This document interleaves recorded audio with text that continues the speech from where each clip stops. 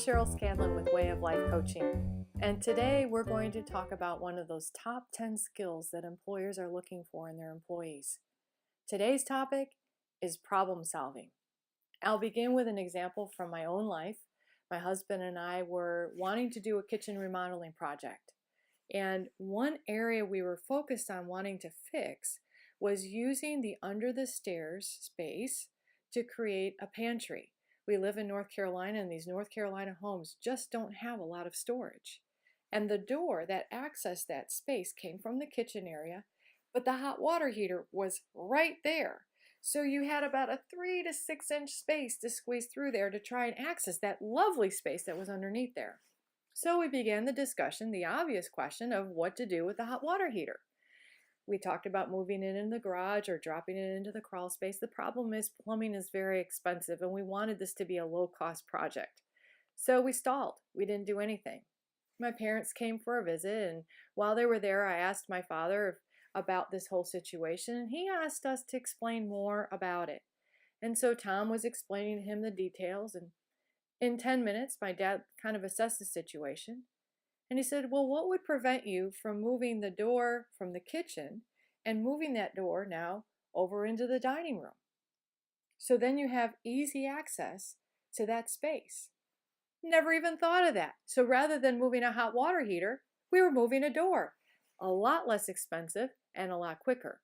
Literally within 30 minutes of him making that suggestion, Tom had dropped the cabinets and had cleared out of the ceiling, and we were ready to start our kitchen remodeling project. What had happened for us, and this happens all the time, is we were solving the wrong problem.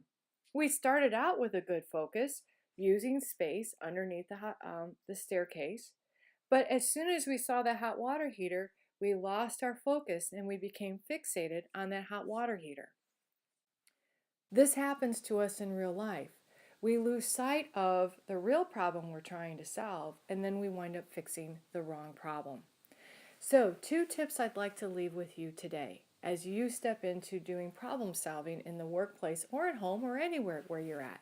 The first tip is this: try to maintain an objective view around the focus of what you're trying to accomplish.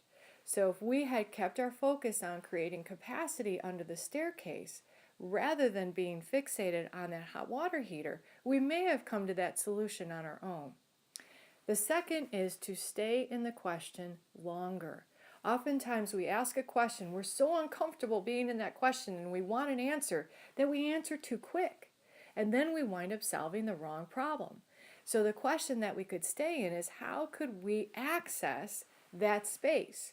So the first is, we wanted to utilize the space, but now how do we access it? And if we had stayed in that question a little longer, we may have been able to come up with that solution ourselves. So here's the question for you today.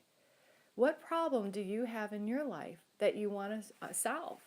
Perhaps trying this 1-2 approach, first step of staying objective as you look at the problem, and the second, staying in the question as you look at the problem, will help you to come up with a unique and wonderful solution to whatever you're working through.